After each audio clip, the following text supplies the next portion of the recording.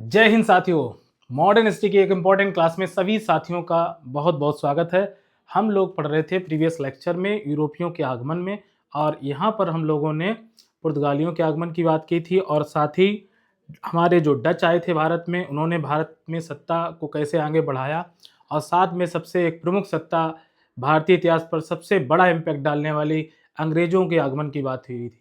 उसी क्रम में हमारे भारत में यूरोपीय कंपनियों का आने का जो क्रम था, यूरोपियन कंपनियों का वो रुका नहीं, और इसके बाद हमारे भारत में प्रवेश करते हैं डेन। अब आइए डेन के बारे में हम लोग डिस्कस करेंगे कि आखिर भारत में इस कंपनी का प्रभाव भारत पर क्या रहा और कितने दिनों तक ये कंपनियां भारत में रहीं। तो डेन की अगर बात करते हैं तो 1616 में भारत में आने वाली जो कंपनी थी डेन थी। अंग्रेजों के बाद आने वाली ये चौथी प्रमुख कंपनी थी डेन थी, जो कब आई थी आपको याद रखना है, ये क्वेश्चन आपसे पूछा जाएगा। 1616 ईस्वी में डेन भारत आए, और इन्होंने एक सबसे पहली व्यापारिक कोठी मतलब बनाई। ये कहाँ पर बनाई थी, महत्वपूर्ण प्रश्न है। त्रावणकोर 1620 ईस्वी में इन्होंने बनाई थी।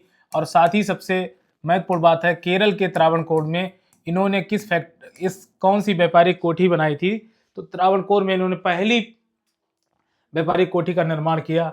ये कब किया था, तो आपको याद रखना है 1620 में। प्रश्न कई बार एग्जाम में यहां से बनता भी है और पूछा भी जाता है। सबसे इंपॉर्टेंट बात है, दूसरी व्यापारिक कोठी भारत में ये कब स्थापित हुई, तो 1676 ईस्वी में। ये जो कंपनी स्थापित हुई थी कब हुई थी, तो आपको याद रखना है 1676 ईस्वी में, और ये हमारे बंगाल के श्रीरामपुर में। याद रखना है, पहली त्रावणकोर में व्यापारिक कोठी, दूसरी श्रीरामपुर बंगाल में। पहली कब स्थापित हुई, तो 1620 में। दूसरी कब स्थापित हुई, तो 1676 में। दोनों महत्वपूर्ण प्रश्न है, और एग्जाम में अक्सर डेन से ये दो प्रश्नों में से कोई प्रश्न पूछा जाता है।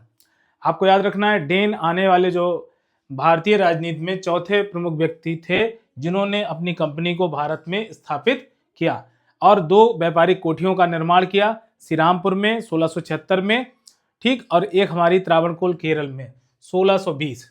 और सबसे बड़ी बात, 1745 में जितने भी डेन थे अपनी कंपनियों को बेचकर, अंग्रेजों को इन्होंने सारी कंपनियां बेचकर भारत से चले गए।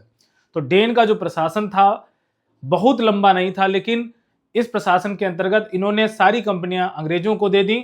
ये कब दी, तो 1745 में सभी डेन भारत से चले गए। आपको याद रखना, 1745 में आए कब, तो 1616 में पहली व्यापारिक कोठी 1616 कहां पर, त्रावणकोर केरल में। दूसरी व्यापारिक कोठी श्रीरामपुर बंगाल में। और सबसे महत्वपूर्ण बात 1676 में। और 1745 आते आते सभी कंपनियां अंग्रेजों को बेचकर ये भारत से चले गए। तो आइए अब आगे डिस्कस करते हैं, इसके बाद भारत में किस कंपनी का उदय होगा उसको हम लोग समझेंगे। तो नेक्स्ट हम लोग देखते हैं, हमारे भारत में आने वाले प्रमुख अन्य जो कंपनियां थी उनमें प्रमुख थी फ्रांसीसी। सबसे ज्यादा भारतीय राजनीति में दखल देने वाले लोग कौन थे, तो सबसे पहली बार राजनीति में दखल अंदाजी किसने की, आपको याद रखना है, फ्रांसीसियों ने की। लेकिन फ्रांसीसी भारत में आए कब, तो सबसे इंपॉर्टेंट बात, इनके आगमन की अगर बात करेंगे तो ये आए 1664 में भारत में।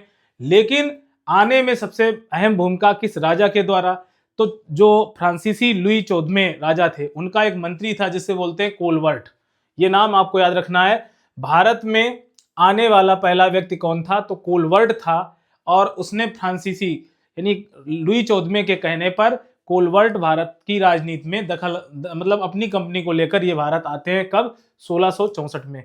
इनकी company French east India company जो थी इनकी, भारत आई थी कौन, फ्रांसीसी कंपनी। इस कंपनी को किस नाम से जाना जाता था, दी कंपनी एंड ओरिएंटल। आपको याद रखना है, फ्रांसीसियों की कंपनी जो भारत आई थी उसका क्या नाम है, द कंपनी एंड ओरिएंटल। आपको याद रखना है, आपको याद रखना है, फ्रेंच ईस्ट इंडिया कंपनी जो भारत आई थी उसी का नाम क्या है, तो आपको याद रखना है, द कंपनी एंड ओरिएंटल। इन्होंने पहली व्यापारिक कोठी कहां स्थापित की, तो आपको याद रखना है सूरत में। कहां पर, सूरत में। इन्होंने व्यापारिक कोठी कहां स्थापित की थी, तो आपको याद रखना है सूरत में इन्होंने प्रथम व्यापारिक कोठी का मतलब निर्माण किया था। सबसे इंपॉर्टेंट बात है, और ये कब किया था, तो 1668 में। देखिए आए 1664 में, कंपनी पहले इन्होंने पहली व्यापारिक कोठी कहां स्थापित की, तो ये हमारी सूरत में स्थापित की थी। आपको बहुत इंपॉर्टेंट है, दूसरी कोठी इन्होंने कहां बनाई, मूसलीपट्टनम में। अभी हमने बात की थी डेन की। डेन भारत में प्रथम व्यापारिक कोठी त्रावणकोर में उन्होंने स्थापित की थी, और दूसरी व्यापारिक कोठी श्रीरामपुर बंगाल में 1676 में स्थापित की थी। और यहाँ पे सूरत में 1664 में इन्होंने फ्रांसीसी कंपनी स्थापित की, पहली व्यापारिक कोठी बनाई फ्रांसीसी कंपनी ने। और दूसरी इन्होंने कहाँ से व्यापारिक कोठी कहाँ स्थापित की, तो हमें याद रखना है मूसलीपट्टनम। दूसरी व्यापारिक कोठी फ्रांसीसियों द्वारा बनाई गई कब, तो आपको याद रखना है ये मूसलीपट्टनम में 1669 में। तो 1668 में प्रथम व्यापारिक कोठी और 1669 में दूसरी व्यापारिक कोठी का निर्माण किसने किया, फ्रांसीसियों ने किया। फ्रांसीसी किसके मतलब लुई 14वें के जो मंत्री थे, कोलवर्ट के प्रयासों से भारत में फ्रांस में आने वाली कंपनी थी, जिन्होंने 1668 सूरत और 1669 में मूसलीपट्टनम में अपनी स्थापना की दूसरी व्यापारिक कोठी। अब आते हैं 1673, फ्रैंको मार्टिन की बात करते हैं। बालकोंडपुरम के सूबेदार गवर्नर शेर खां लोधी से इन्होंने गांव ले लिया। तो ये गांव कौन था, जो प्रथम गांव लिया था किसने, आपको याद रखना फ्रैंको मार्टिन ने। कब लिया था, तो 1673 में। आपको याद रखना 1673 में फ्रैंको मार्टिन ने बालकोंडपुरम के सूबेदार कौन, शेर खां लोधी से इन्होंने गांव प्राप्त किया, पोदेचेरी। आपको याद रखना है पोदेचेरी गांव इन्होंने प्राप्त किया था, किसने, फ्रैंको मार्टिन ने। कब, 1673 में। बहुत इंपॉर्टेंट क्वेश्चन है, एग्जाम में कई बार ये फ्रेम हुआ है क्वेश्चन। आपको याद रखना है कि शेर खां लोधी से पहला गांव प्राप्त किया था किसने, फ्रैंको मार्टिन ने। कब, 1673 में। बहुत इंपॉर्टेंट है पोदेचेरी गांव को। सबसे इंपॉर्टेंट, पोदेचेरी का संस्थापक किसे माना जाता है, तो फ्रैंको मार्टिन को। यानी पोदेचेरी जो हमारा, अगर आज के भारत में अगर हम पोदेचेरी घूमने जाते हैं, पांडिचेरी जिसे आज के दौर में हम लोग बोलते हैं, तो फ्रैंको मार्टिन इसके क्या थे, संस्थापक थे। बंबई के संस्थापक किसे, गैरियाल ओंगियार को माना जाता है। जबकि और कलकत्ता का संस्थापक किसे माना जाता है, जाब चारनाक। याद है, जाब चारनाक को कलकत्ता का संस्थापक माना जाता है, आपको याद रखना है।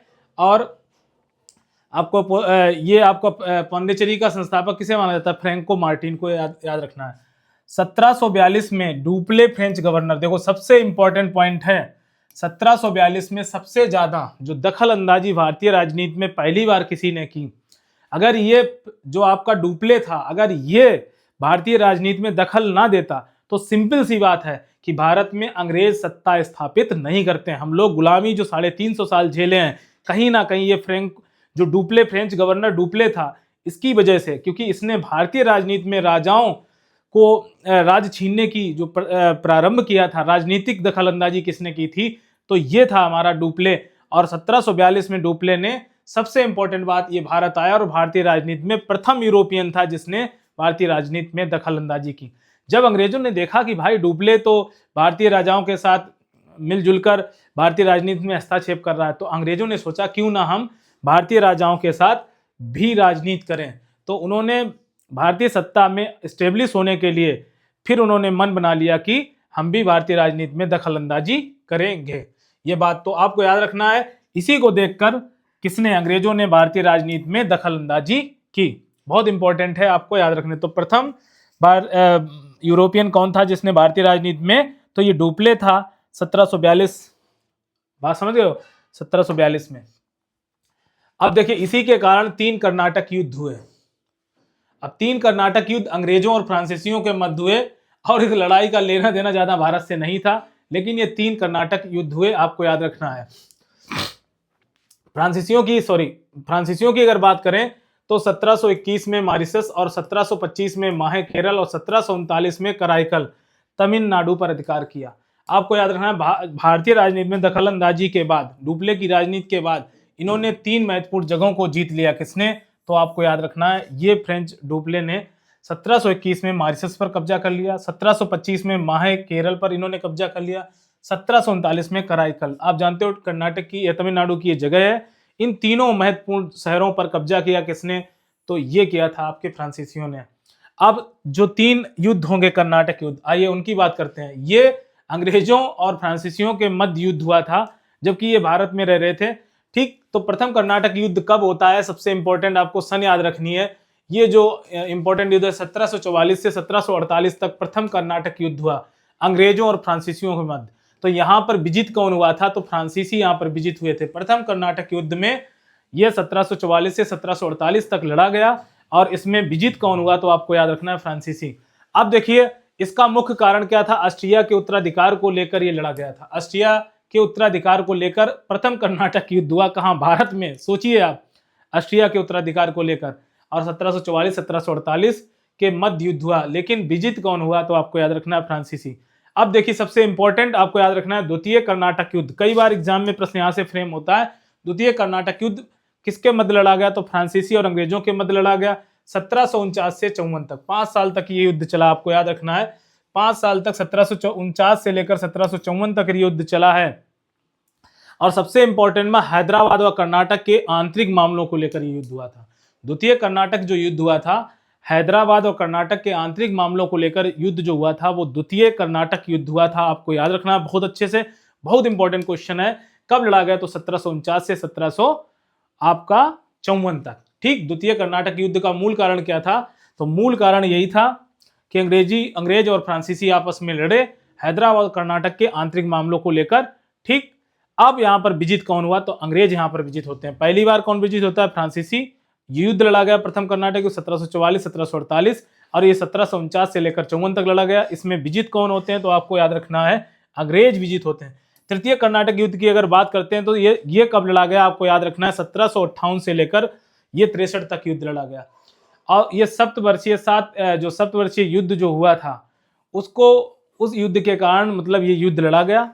तो ये बात याद रखनी, तृतीय कर्नाटक युद्ध 1758 से 1763 के मध्य ये युद्ध लड़ा गया।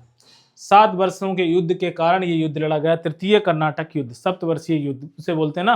तो तृतीय कर्नाटक युद्ध 1758 1763। अब आइए बात कर लेते हैं सबसे इंपॉर्टेंट बांडीवास का युद्ध। देखो बांडीवास के युद्ध में फ्रांसीसियों की बुरी तरह परास्त हुए।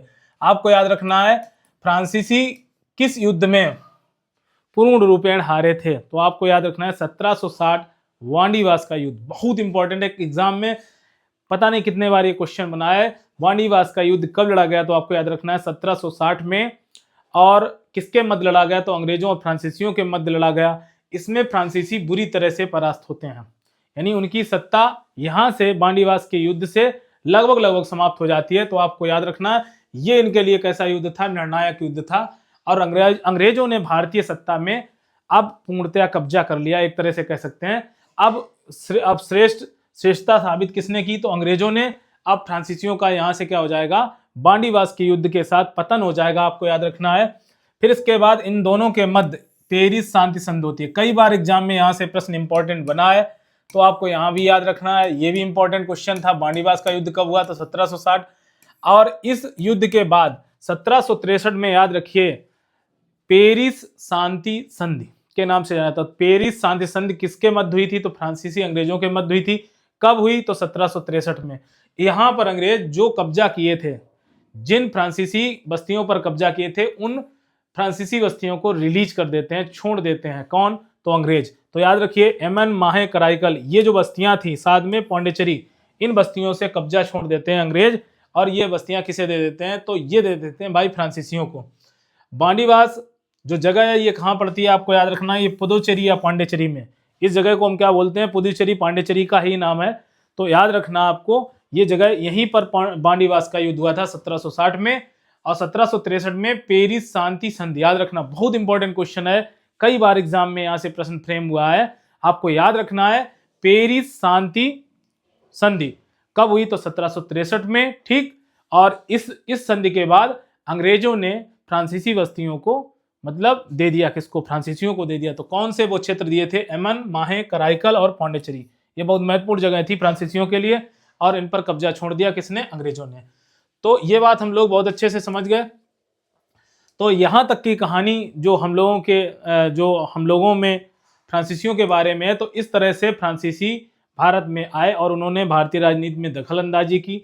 तो डुप्ले था पहला व्यक्ति जिसने भारतीय राजनीति में दखल अंदाजी की, और कई जो जगह थी उन्होंने जीत ली, कह सकते हैं। फिर इसके बाद क्या हुआ? 3 कर्नाटक युद्ध हुए अंग्रेजों और फ्रांसीसियों के मध्य। प्रथम कर्नाटक जो युद्ध हुआ था ऑस्ट्रिया के उत्तराधिकार को लेकर लड़ा गया। द्वितीय कर्नाटक युद्ध हुआ, इसमें हैदराबाद और कर्नाटक के आंतरिक मामलों को लेकर लड़ा गया। और सप्तवर्षीय युद्ध के कारण तृतीय कर्नाटक युद्ध लड़ा गया। तो इस तरह से बांडीवास का युद्ध लास्ट में होता है 1760 में, और 1760 के बाद 1763 में पेरिस शांति संधि होती है। तो इस तरह से कुल मिलाकर कह सकते हैं कि भारतीय राजनीति में फ्रांसीसियों की दखल अंदाजी जो थी, उस दादागिरी को खत्म करने में महत्वपूर्ण भूमिका किसने निभाई? तो आपको याद रखना है अंग्रेजों ने। लेकिन अंग्रेज जो दादागिरी उनकी खत्म की, लेकिन अब इनकी दादागिरी हमारे यहाँ शुरू होगी। भारतीय इतिहास में आप जानते हो फिर अंग्रेजों ने आधिपत्य कर लिया धीरे धीरे। तो इस तरह से कहानी आगे बढ़ती है। फिर आप जानते हो 1857 क्रांति के बाद पूरे भारत पर लगभग धीरे धीरे कब्जा कर लेते हैं अंग्रेज। तो आने वाले लेक्चर में हम लोग कई इंपॉर्टेंट टॉपिक को और डिस्कस करेंगे, जहां पर हम लोग बहुत महत्वपूर्ण क्रांतिकारी घटनाओं को पढ़ेंगे, समझेंगे और यहाँ से बहुत अच्छे इंपॉर्टेंट प्रश्नों को भी डिस्कस करेंगे। तो इस तरह से आज यूरोपियों के आगमन में हम लोगों ने डेन को समझा, भारत में आए, और साथ ही फ्रांसीसी कंपनियां भारत में आई और उनके उदय के क्या कारण थे और उन्होंने क्या महत्वपूर्ण बातें की, कहाँ कहाँ व्यापारिक कोठी बनाई। तो ये बात हम लोगों ने बहुत अच्छी, पहली व्यापारिक कोठी सूरत और दूसरी व्यापारिक कोठी कहाँ पर, तो हम लोगों ने जानी थी मछलीपट्टनम में इन्होंने स्थापित की। जबकि डेन ने दो व्यापारिक कोठी बनाई, एक तो त्रावणकोर में और दूसरी हमारी श्रीरामपुर बंगाल में बनाई। तो इस तरह से आज के वीडियो लेक्चर में इतना ही। दोस्तों हमारे चैनल को लाइक करें, शेयर करें और हमारे साथ बने रहें। जय हिंद साथियों।